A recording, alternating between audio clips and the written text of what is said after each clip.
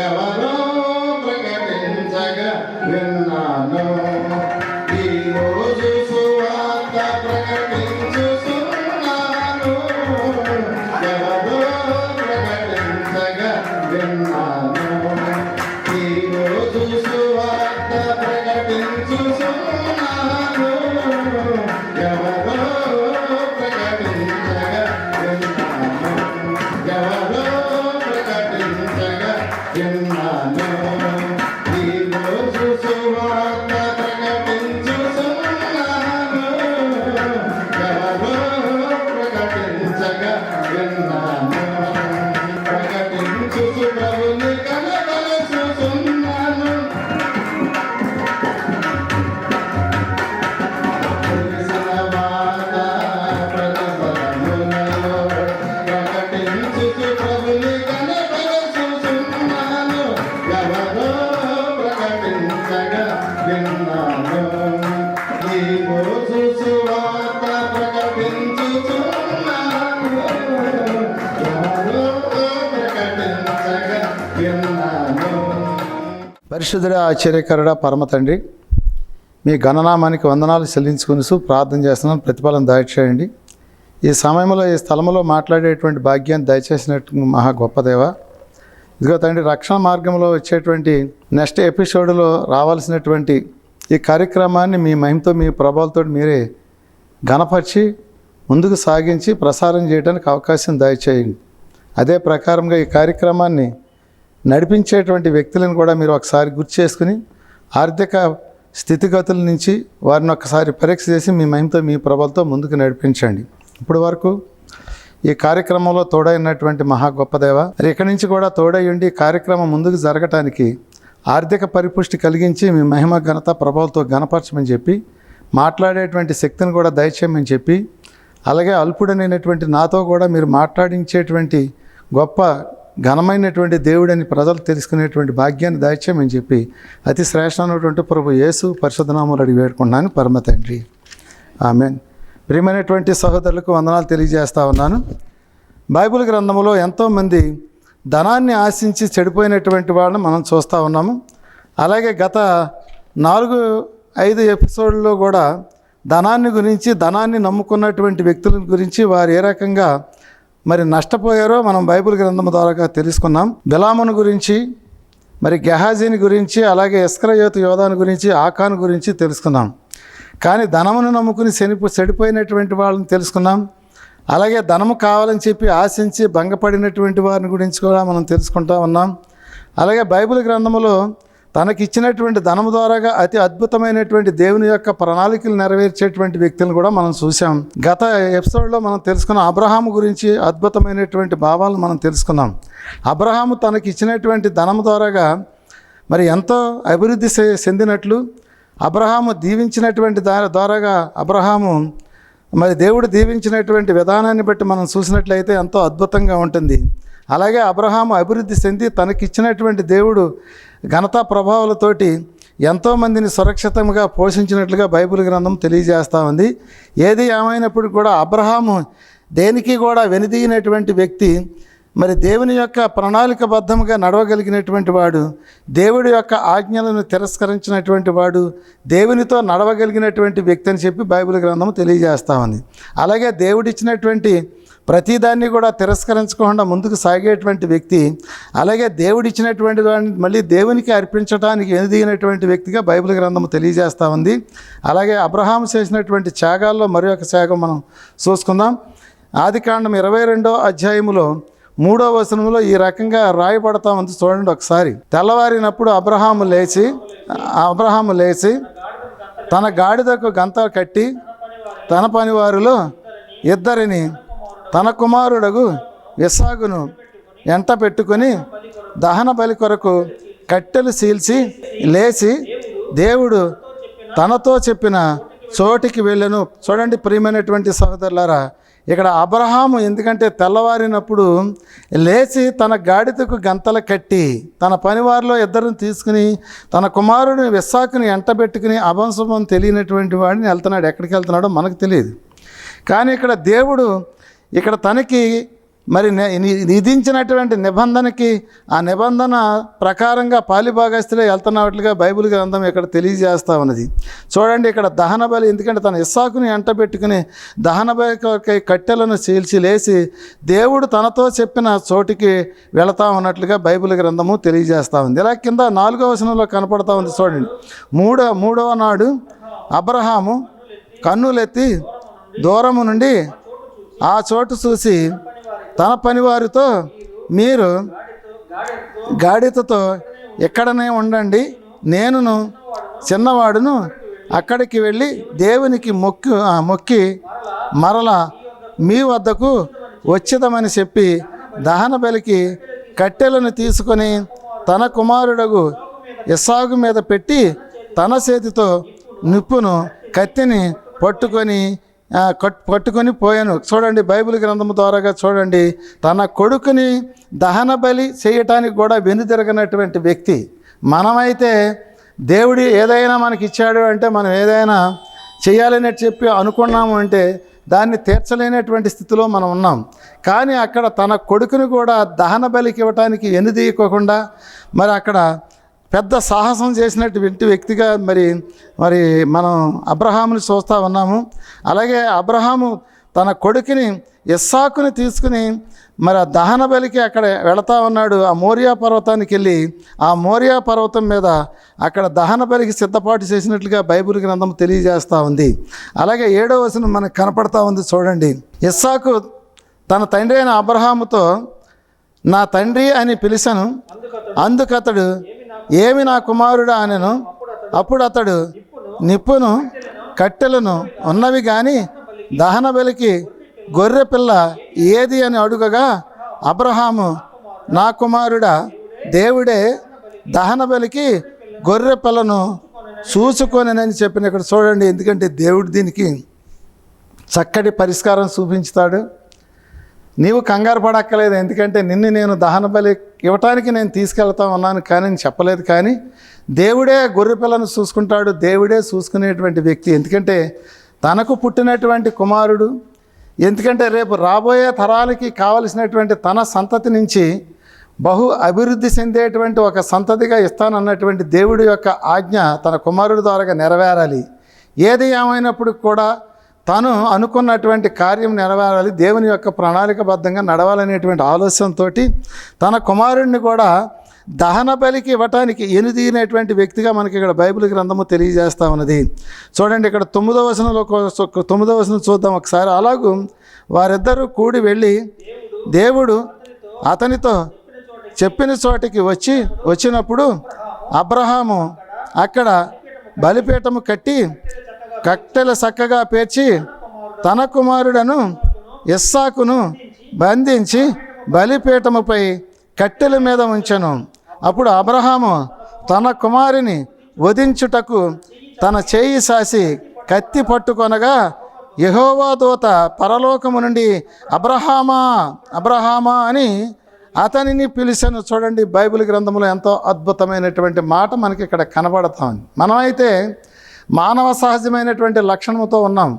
మనమైతే ఈరోజు అలాంటి సాహసం మాత్రం మనం చేయలేం. ఏది ఏమైనప్పుడు కూడా మనము చేయలేనటువంటి స్థితిలో ఏది ఏమైతే నీకు అర్పించకపోయినా ఏది ఏమైనప్పుడు కూడా నేను చేయవలసినటువంటి పని నేను చేయనని మనం అంటాం. కానీ వెనుదీగినటువంటి వ్యక్తి తన కుమారుని దహన బలికి అక్కడ కాళ్ళు చేతులు బంధించి తన శిరస్సుని ఖండించటానికి కత్తి చేతితో పట్టుకుని చూస్తూ ఉన్నాడు. చూడండి ప్రియమైనటువంటి సహోదరులు, ఎంత అద్భుతమైనటువంటి భావము కలిగినటువంటి వాడు మనకి తెలుస్తూ ఉంది.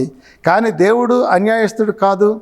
దేవుడు ఏ రకంగా కూడా మనుషుల యొక్క ప్రాణాలు కావాలని కోరుకునేటువంటి వ్యక్తి మాత్రం కాదు. కానీ వాళ్ళ నిబంధన మేరతారా అని చెప్పి మనల్ని పరీక్ష చేస్తూ ఉంటాడు. ఒక్కోసారి ఆ పరీక్షలో మనమందరం కూడా వెనక్కి వెళ్ళిపోతాం, మనందరం కూడా పాస్ అవ్వం. కానీ అబ్రహాము ఖచ్చితంగా దేవుడు పెట్టినటువంటి ఒక పరీక్షలో నెగ్గినట్లుగా బైబిల్ గ్రంథం మనకి ఇక్కడ గొప్ప పరిచయం చేస్తూ ఉంది.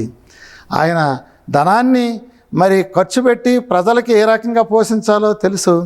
అలాగే దేవుడు యొక్క ఆజ్ఞలు మేరకుండా ఉండటం ఎలాగో తెలుసు. అలాగే దేవుని యొక్క ఆజ్ఞలను మేరకోకుండా కనీసం తన ప్రాణాన్ని కూడా లెక్క చేయకుండా తన కుమారుడు మరి దహన బలికి ఇచ్చేయడానికి కూడా అతను సాహసించాడు అంటే ఎంతో అద్భుతమైనటువంటి భావం కలిగినటువంటి వాడు మనకి కనపడతా ఉంది. కిందకి చదువుకున్నట్లయితే మనకు కనపడతా ఉంది. చూడండి, యెహోవా దూత పరలోకము నుండి అబ్రహామా అని అతన్ని పిలిచెను. అందుకు అతడు చిత్తము ప్రభువా నేను. అప్పుడు ఆయన చిన్నవాని మీద చేయవేయకము, అతనిని నేనేమి చేయకము, నీకు ఒక్కడై ఉన్న నీ కుమారుడు నాకియ్య వెనుదీయక తీయలేదు గనుక నీవు దేవునికి భయపడువాడువని ఇందువలన నాకు కనబడుతున్నదనెను. అప్పుడు అబ్రహాము కన్నులెత్తి చూడగా పొదలు కొమ్ములు తగులుకునే నాకు పొట్టేలు తనకు కనబడెను. అబ్రహాము వెళ్ళి ఆ పొట్టేలును పట్టుకొని తన కుమారుడికి మారుగా పెట్టి దహన బలిగా అర్పించినట్లుగా బైబిల్ గ్రంథము తెలియజేస్తాం. చూడండి, దేవుడు అన్యాయస్తుడు కాదు, వెనుతీయలేనటువంటి వారిని ముందుకు నడిపించేటువంటి వ్యక్తిగా బైబిల్ గ్రంథం ఇక్కడ మనకి తెలియజేస్తూ ఉంది. ఏది ఏమైనప్పుడు కూడా అబ్రహాము యొక్క మరి నిజ జీవితంలో ఎన్నో అద్భుతమైనటువంటి కార్యాలు చేశాడు. శత్రువులను మరి తుదముట్టించటంలో ఎంతో గొప్ప సాహసమైనటువంటి వాడు, నెమ్మది కలిగినటువంటి వాడు. అలాగే ఏదైనా సమస్య వచ్చినప్పుడు ఎదిరించి పోరాడగలిగినటువంటి యోధుడు, అలాగే దేవునితో నడవగలిగినటువంటి వాడు, అలాగే ప్రజలకి ఎంతో విధేయత చూపించేటువంటి వ్యక్తిగా బైబిల్ గ్రంథం ద్వారాగా మనకు కనపడతా ఉన్నది. అసలు ఏమీ లేనటువంటి నిరుపేద కూడా అద్భుతమైనటువంటి ధనాన్ని కలిగి ఆ ధనములో ఉన్నటువంటి గొప్పదనాన్ని మనకి తెలియజేస్తూ ఉన్నాడు. మరి పాత నిబంధన గ్రంథంలో మనకి కొన్ని కనపడతా ఉంటాయి. ఆ రోజులలో కొందరిని ఆశీర్వదించి బహు విస్తారమైనటువంటి ధనవంతులుగా చేసి వారి ద్వారాగా పేద ప్రజలని సంరక్షించేటువంటి మార్గం దేవుడు ఆ రోజుల్లో మరి చేస్తూ ఉండేవాడు. ఈ రోజుల్లో అయితే ఆ అవసరత లేదు. ఈ రోజుల్లో అయితే ప్రభుత్వాలే పేద ప్రజలకి అండగా నిలిచి అనేక రకాలైనటువంటి ప్రణాళికలు చేసి అనేక రకాలైనటువంటి ఉచితాలతో మరి ముందు చూపులైనటువంటి వారుగా ఇక్కడ బైబిల్ గ్రంథం తెలియజేస్తూ ఉంది. అలాగే ఇప్పుడున్నటువంటి ప్రభుత్వాల ద్వారాగా ప్రజల యొక్క ముందు చూపులైనటువంటి వారుగా ఈ సమాజంలో మరి వినాశనాన్ని తెచ్చేటువంటి వారుగా కనపడతా ఉన్నారు. ఆ రోజులలో దేవుడు ప్రణాళికబద్ధంగా ఎంతోమందిని పోషించేటువంటి యోధులను రక్షించేటువంటి వారుగా ఆ రోజుల్లో ఉన్నట్లుగా బైబిల్ గ్రంథం తెలియజేస్తూ ఉంది. అలాగే ఇదే గ్రంథంలో ఇంకొక వ్యక్తిని, ధనము ఉన్నటువంటి వ్యక్తి ఏ రకమైనటువంటి వ్యక్తో దేవుని యొక్క ఆజ్ఞలు ఏ రకంగా మరి ముందుకు సాగించాడో బైబిల్ గ్రంథం ద్వారా ఆ వ్యక్తిని కూడా గుర్తు చేసుకుని ఈ కార్యక్రమం ఈరోజు ముగించుకుందాం.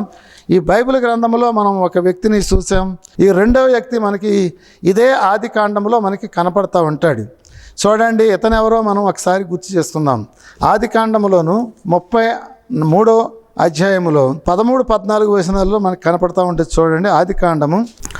అతడు నా యొద్దనున్న పిల్లలు పసిపిల్లలనియు గొర్రెలు మేకలు పశువులు పాలిచ్చినవనియు నా ప్రభువునకు తెలియను. ఒక్క దినమే వాటిని ఒడిగా తోలిన ఎడల ఈ మందంతయు చచ్చును. నా ప్రభువు దయచేసి తన దాసునికి ముందుగా వెళ్ళవలెను. నేను నా ప్రభువు నద్దకు చేయూరునకు వచ్చే వరకు నా ముందరనున్న మందలు నడవగలిగిన కొలది ఈ పిల్లలను నడవగలిగిన కొలదిని వాటిని మెల్లగా నడిపించుకుని వచ్చేదనని అతనితో చెప్పాను. చూడండి, బైబిల్ గ్రంథంలో ఈ వ్యక్తి మనకి కనపడతా ఉన్నాడు. ఈ వ్యక్తి ఎవరు అని మనం ఆలోచన చేసినట్లయితే ఇతనే ఇజ్రాయేలు ప్రజలకి ఇజ్రాయేలు జనాంగానికి పితరుడిగా మనం బైబిల్ గ్రంథంలో తెలియబడతా ఉంది. యాకోబు అనేటువంటి వ్యక్తి కనపడతా ఉన్నాడు. చూడండి, మందలు, ఎందుకంటే తన మందలు ఇక్కడ చూడండి. అతడు నా వద్దనున్న పిల్లలు పిల్లలనియు గొర్రెలు మేకలు పశువులు పాలుచ్చినవనియు నా ప్రభువునకు తెలియను. ఒక్క దినమే వాటిని వడిగా తోలిన ఎడల ఈ మందంతయు చచ్చును అని చెప్పి బైబిల్ గ్రంథం తెలియజేస్తా ఉంది. యాకోబుగా ఉన్నప్పుడు చేసినటువంటి ప్రయోగాలు మనం చూస్తూ ఉన్నాం. యాకోబు కూడా ధనవంతుడని చెప్పి బైబిల్ గ్రంథంలో తెలియబడతా ఉన్నది. యాకోబుకు ఉన్నటువంటి ధనాన్ని గురించి కూడా మనం చూసుకున్నట్లయితే యాకోబుకు ఉన్నటువంటి ధనం పశువులు మరి ఇలాంటివన్నీ కూడా పశు సంపదని సూచించుతా ఉన్నది. పశు సంపదలో యాకోబుకు ఉన్నటువంటి గొప్ప అద్భుతమైనటువంటి గొప్ప ఘనత ఏంటని చెప్పి ఆలోచన చేసినట్లయితే ఆయనకు ఉన్నటువంటి పశు సంపద ఎనలేనటువంటిదని చెప్పి బైబిల్ గ్రంథము తెలియజేస్తూ ఉంది. ఆ పశు సంపద ద్వారాగా తన కుటుంబాన్ని రక్షించుకోవటమే కాకుండా ఆ పశు సంపదతో వచ్చినటువంటి సంపదతోటి ఆ సమాజంలో ఎంతోమందిని పోషించినట్లుగా బైబిల్ గ్రంథం తెలియజేస్తూ ఉంది.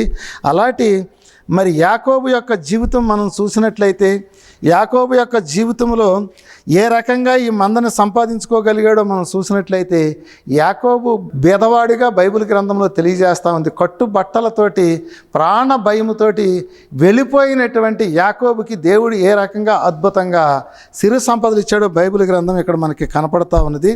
ఇక్కడ బైబిల్ గ్రంథంలో 27వ అధ్యాయంలో కనపడతా ఉంది. మనం ఒకసారి చూసుకుందాం. 27వ అధ్యాయంలో 28వ వచనం చూసుకుందాం. ఒకసారి 27వ అధ్యాయం 28వ వచనం చూసుకుందాం. ఆకాశపు మంచును, భూసారమును, విస్తారమైన ధాన్యమును, ద్రాక్షారసమును దేవుడు నీకు అనుగ్రహించును గాక. జనములు నీకు దాసులగుదురు, జనములు నీకు సాగిలపడుదురు. నీ బంధుజనులకు నీ వేలుకవై ఉందువు. నీ తల్లి పుత్రులు నీకు సాగిలపడుదురు. నిన్ను శపించువారు శపింపబడుదురు, నిన్ను దీవించువారు దీవింపబడుదురు గాక. చూడండి, ఇక్కడ అబ్రహామును అన్నాడు. ఎందుకంటే నిన్ను శపింపబడినటువంటి వారు శపింపబడుదురు, నిన్ను దీవించినటువంటి వారు దీవించబడుదురు అని చెప్పి అబ్రహాముకు దేవుడే స్వతహా వచ్చినట్టు తెలియజేస్తూ ఉంది. కానీ ఇక్కడ యాకోబు యొక్క జీవితం ఎలాగుంటుందో, యాకోబు యొక్క జీవితం ఎలాగుండాలో, యాకోబుని ఏ రకంగా ముందుకు నడిపించాలో, దేవుడు ప్రణాళికలో యాకోబు ఏ రకంగా పాలిభాగస్తుడు అవ్వాలో ఇక్కడ బైబిల్ గ్రంథం తెలియజేస్తూ ఉంది. ఇస్సాకు వృద్ధుడైనప్పుడు, అతను కన్నులు మంద దృష్టి కలిగినప్పుడు, అతను కన్నులు కనపడనటువంటి పరిస్థితుల్లో నేను చనిపోతాను అనుకున్నటువంటి టైములో తన కుమారుడిని ఆశీర్వదించటానికి ఒక సూచన చెప్పినప్పుడు, ఎందుకంటే నేను ముసలివాడినైపోయాను, నేను చనిపోయేటువంటి రోజులు నాకు తెలియవు, కానీ ముందే నీకు ఒక ఆశీర్వాదం ఇస్తాను, నీకు తీసుకో కుమారుడు అని చెప్పి పెద్ద కుమారుడికి తెలియజేసినప్పుడు ఆ పెద్ద కుమారుడు యొక్క మరి ఆశీర్వాదాన్ని యాకోబు ఎందుకు తీసుకున్నాడో మనకి ఇక్కడ కొద్దిగా అర్థమవుతూ ఉంది. ఎందుకంటే యాకోబు ఏశావులో ఉన్నటువంటి మానవ స్వభావంలో ఉన్నట్టు ఒక మృగము లాంటి వాడు, దేవుని ప్రణాళికలకు పాలుభాగస్తుడైనటువంటి వాడు కాదని చెప్పి బైబిల్ గ్రంథం చదివితే మనకి అర్థమవుతూ ఉంది. అలాంటి దేవుని యొక్క ప్రణాళికలకు పాలుభాగస్తులు కానటువంటి వారిని దేవుడు తిరస్కరించుతాడని చెప్పి ఇక్కడ బైబిల్ గ్రంథం మనకి తెలియజేస్తూ ఉంది. ఏశావుని తిరస్కరించడానికి ఇక్కడ ఒక ప్రణాళిక మనకి కనపడతా ఉంది. ఏశావుని తిరస్కరించి మరి యాకోబుకి ఆ యొక్క ఆశీర్వాదము తన తండ్రి ద్వారాగా ఇక్కడ దేవుడే అనుగ్రహించినట్లుగా బైబిల్ గ్రంథం తెలియజేస్తూ ఉంది. ఏది ఏమైనప్పుడు కూడా అబ్రహాముని దేవుడు దీవించాడు, దేవుడి యొక్క ఆశీర్వాదం పొందాడు. అలాగే యాకోబుని తన తండ్రి దీవించాడు, తండ్రి ఆశీర్వాదాన్ని పొందాడు. అదే తెలియజేస్తూ ఉంది. ఎందుకంటే ఈ సర్వ జనాలన్నీ కూడా నీ యొక్క సంతతికి దాసులు అవుతారని చెప్పి బైబిల్ గ్రంథము తెలియజేస్తూ ఉంది. అక్రమముగా సంపాదించినటువంటి మరి ఆ యొక్క ఆశీర్వాదము కూడా యాకోబు జీవితంలో ఎంతో అద్భుతంగా ముందుకు సాగినట్లుగా బైబిల్ గ్రంథము తెలియజేస్తూ ఉంది. దీంట్లోనే మనం మనం చూసుకున్నట్లయితే మరి యాకోబు ఆశీర్వాదం పొందిన తర్వాత, తన తండ్రి ఆశీర్వాదం పొందిన తర్వాత ఏం జరిగిందో ఇక్కడ 34వ వచనం కనపడుతూ ఉంది. కింద చూద్దాం ఒకసారి. ఏశావు తన తండ్రి మాట వినినప్పుడు దుఃఖాక్రాంతుడై పెద్ద కేక వేసి, ఓ నా తండ్రి, నన్నును దీవించమని నా తండ్రితో చెప్పాను. అతడు, నీ సహోదరుడు కపటోపాయము చేత వచ్చి నీకు రావలసిన దీవెన తీసుకొని పోయాను. యేసేపు యాకోబు అను పేరు అతనికి సరిగానే చెల్లినది. అతడు నన్ను ఈ 2 మాటలు మోసపుచ్చాను, నా జ్యేష్ఠత్వము తీసుకొనను. ఇదిగో ఇప్పుడు వచ్చి నాకు రావలసిన దీవెన కూడా తీసుకొని పోయినని చెప్పి నా కొరకు మరి ఏది దీవెనయు మిగిల్చి ఉండలేదా అని అడిగి బోరున విలపించుతా ఉన్నాడు. చూడండి ప్రియమైనటువంటి సహోదరులారా, ఒకవేళ దేవుని ఆశీర్వాదాన్ని మనం కోల్పోతామేమో, కోల్పోయిన తర్వాత మనం కూడా బోరుని ఏడ్చేటువంటి సమయం ఆసన్నమవుతుందేమో. అలాంటి సమయంలో దేవునికేసి మనం మొర్ర పెట్టుకుంటున్నామేమో. మనం చేసినటువంటి దేవుడు మనకి ఇచ్చినటువంటి ఆశీర్వాదాన్ని కోల్పోతున్నామేమో. ఒకవేళ కోల్పోయినప్పుడు మనకి తెలిసినప్పుడు అడుగుతామేమో దేవుడిని, ఎందుకంటే అయ్యా మేము చేసినటువంటి తప్పులకి ప్రతిఫలం చెల్లించుకునేటువంటి ఒక అవకాశం నాకు ఇస్తావా అని చెప్పి మనం అడగగలిగేటువంటి స్థితిలో ఉంటే దేవుడు అంటా ఉంటాడు, అయ్యా నీవు అద్దు మీరావు, నా యొక్క ఆజ్ఞలను తిరస్కరించావు, నీ గతింతే అని చెప్పి దేవుడు మనల్ని హెచ్చరించుతాడు. చూడండి ప్రియమైనటువంటి సహోదరులారా, చూడండి ఇక్కడ ఏసావు ఏడుస్తా ఉన్నాడు, బోరుమని ఏడుస్తా ఉన్నాడు. నాకు ఏదైనా దీవెన లేదా అని చెప్పి తండ్రిని అడుగుతా ఉన్నాడు. ఏదీ లేదు, ఎందుకంటే నీకు చెందవలసినది అంతా కూడా నీ తమ్ముడికి వెళ్ళిపోయిందని చెప్పి తండ్రి తెలియజేస్తా ఉన్నాడు. చూడండి ఇక్కడ ఎంత కుమిలిపోతా ఉన్నాడు. బైబిల్ గ్రంథం ద్వారాగా మనకి ఇక్కడ తెలియబడతా ఉన్నది. 39వ వచనం కనపడతా ఉంది. చూడండి, నీ నివాసము భూసారము లేకయు పైనుండి పడు ఆకాశపు మంచు ఉండును, నీ కత్తి చేత బ్రతుకుదువు, నీ సహోదరునికి దాసుడు వగుదువు, నీవు తిరుగులాడుతుండగా నీ మెద నుండి అతని కాడి ఇరిసివేయుదువని అతనికి ఉత్తరం ఇచ్చెను. తన తండ్రి యాకోబుకిచ్చిన దీవెన నిమిత్తము ఏసావు అతని మీద పగబట్టెను. మరియు ఏసావు నా తండ్రిని గూర్చి దుఃఖ దినములు సమీపంగానున్నవి, అప్పుడు నా తమ్ముడైన యాకోబును చంపేదను. చూడండి, ఎందుకంటే తమ్ముడిని కూడా రౌద్రముతో కూడుకున్నటువంటి మనస్సు చేసేటువంటి పని, తమ్ముడిని కూడా చూడకుండా తమ్ముడిని కూడా చంపుతానని చెప్పి అనుకుంటా ఉన్నాడు, మనస్సులో అనుకుంటా ఉన్నాడు. ఆ మనస్సులో అనుకున్నటువంటి దానిని చూడగలిగినటువంటి స్థితి తల్లి చూసింది. చూడండి, తల్లిలో, ఎందుకంటే తన బిడ్డలలో ఉన్నటువంటి ఒక గుణాన్ని చూసేటువంటి శక్తి ఎవరికి ఉంటుందో తెలుసా? ఎందుకంటే ఒక తల్లికి మాత్రమే ఉంటుంది. ఎందుకంటే తన బిడ్డలు దుర్మార్గులా, మంచోళ్ళ, సన్మార్గులా అని చెప్పి తల్లికి తెలుసు. ఆ తల్లి కానీ చెప్పదు, ఎందుకంటే నా కుమారుడు దుర్మార్గుడు కాదు, నా కుమారుడు మంచివాడే అని చెప్పి తల్లి వెనకేసుకొస్తూ ఉంటుంది. తల్లి చెప్తా ఉంది, వరే పిచ్చివాడా, ఎందుకంటే యాకోబు నీ యొక్క జీవితం నాశనమైపోయేటువంటి స్థితిలో ఉంది, నువ్వు పారిపోరా అని చెప్పి తెలియజేస్తా ఉంది. చూడండి ప్రియమైనటువంటి సహోదరులారా, ఆశీర్వాదాలంటే తీసుకున్నాడు, కానీ ఏమీ లేనటువంటి నిరుత్సాహంతో పారిపోతానికి సిద్ధమవుతున్నాడు. ఏమీ లేదు తన దగ్గర. తను చేసేటువంటి ప్రయత్నం ఎలాంటిదని మనం ఆలోచన చేసినట్లయితే పారిపోయేటువంటి స్థితిలో ఉన్నాడు యాకోబు, పారిపోతా ఉన్నాడు. చూడండి, పారిపోయేటువంటి మార్గంలో మనకు ఒక అద్భుతమైనటువంటి భావం మనకి ఇక్కడ కనపడతా ఉంది. చూడండి, అదే 28వ అధ్యాయము 11వ వచనం కనపడతా ఉంది. చూడండి, ఒక చోటకి చేరి ప్రొద్దుకొంకినందున అక్కడ రాత్రి నిలిచిపోయి ఆ చోటి రాళ్లలో ఒకటి తీసుకొని తనకు తలగడగా చేసుకొని అక్కడ పండుకొనెను. అప్పుడు అతడు ఒక కలకనెను, అందులో ఒక నిచ్చెని భూమి మీద నిలపబడి ఉండెను, దాని కొన ఆకాశమును కంటెను, దాని మీద దేవుని దూతలు ఎక్కుచూ దిగుచూ ఉండిరి. మరియు యెహోవా దానికి పైగా నిలిచి, నేను నీ తండ్రి అయిన అబ్రహాము దేవుడను ఇస్సాకు దేవుడనైన యెహోవాను, నీవు పండుకొని ఉన్న ఈ భూమి నీకును నీ సంతానమునికి ఇచ్చేదనని చెప్పి మరి ఇక్కడ తెలియజేస్తా ఉన్నాడు దేవుడు. చూడండి, దేవుడు నమ్మదగినటువంటి వాడు. మరి అబ్రహాముకి ఇస్తాననేటువంటి వాగ్దానాన్ని నెరవేర్చాడు. అలాగే ఇస్సాకుని తనకి కుమారుడిగా ఇచ్చాడు. ఇస్సాకు ద్వారాగా యాకోబుని మరి దీవింప చేసినటువంటి వ్యక్తి నమ్మదగినటువంటి వాడు.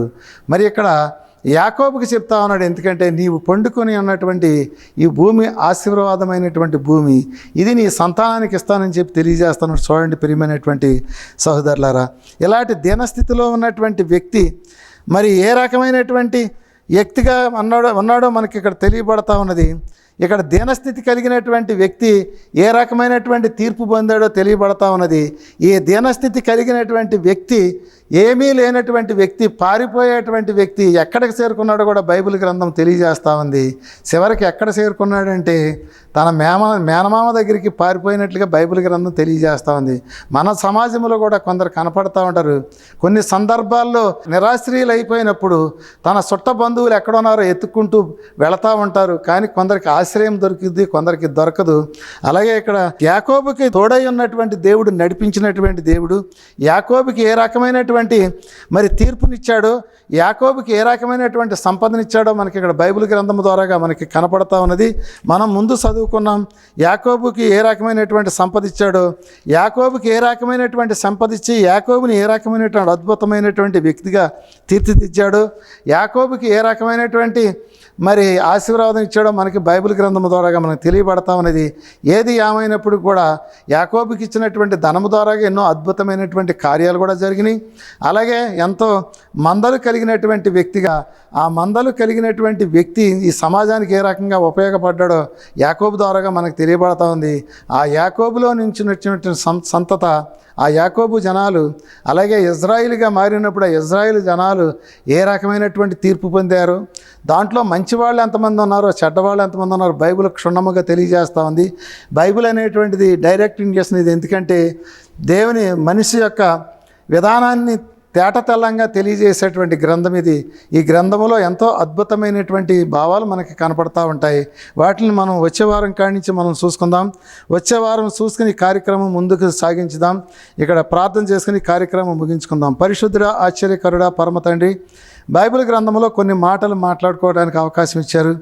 ధనవంతులైనటువంటి వారు చెడిపోయినటువంటి వారిని మేము చూస్తూ ఉన్నాం. అలాగే ధనం సంపాదించి వారి జీవితాలు కోల్పోయినటువంటి వారిని కూడా చూసాము. అలాగే ధనం సంపాదించి సర్వ సంపదలతో తొలతూగిపోయినటువంటి వారిని కూడా చూస్తూ ఉన్నాము.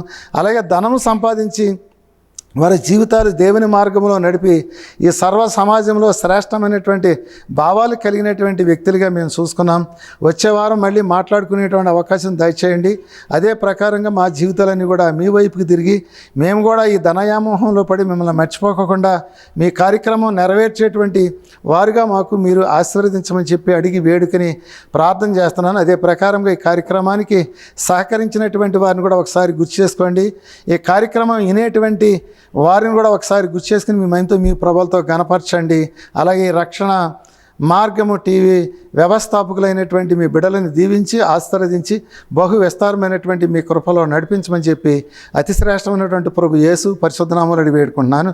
పరమ తండ్రి, అందరికీ శుభవందనాలు. దేవుని పరిశుద్ధ నామమునకు స్తోత్రములు. ఇంతవరకు దైవజనులు చెప్పినటువంటి లేఖన భాగాల్లో అబ్రహాము దేవుని చేత ఆశీర్వదింపబడినవాడు, అలాగే దేవునికి ఒక మంచి స్నేహితుడుగా ఆయన పేర్కొనబడటం లేక గుర్తింపబడటం దైవజనులు సుబ్బారావు గారు మరి లేఖన భాగాల్లో మనకు చక్కగా వివరించి చెప్పారు. మరి వారి యొక్క సంఘము మరి దినదినాభివృద్ధి పొంది ఇంకా అనేకమైన వారికి మార్గదర్శకముగా మరి ఆ దైవజనులు సంఘ సభ్యులందరూ కూడా అందరికీ కూడా మార్గదర్శకులుగా ఉండటానికి దేవుడు మరి ఆ సంఘాన్ని దీవించి అభివృద్ధి చేసి ఆశీర్వదించి బహుగా ఫలింపచేయాలని కోరుకుంటున్నాను. ఈ కార్యక్రమానికి విచ్చేసినటువంటి మీ అందరికీ కూడా మరి ఒకసారి నా వందనాలు తెలియజేసుకుంటూ, ఈ అవకాశం ఇచ్చినటువంటి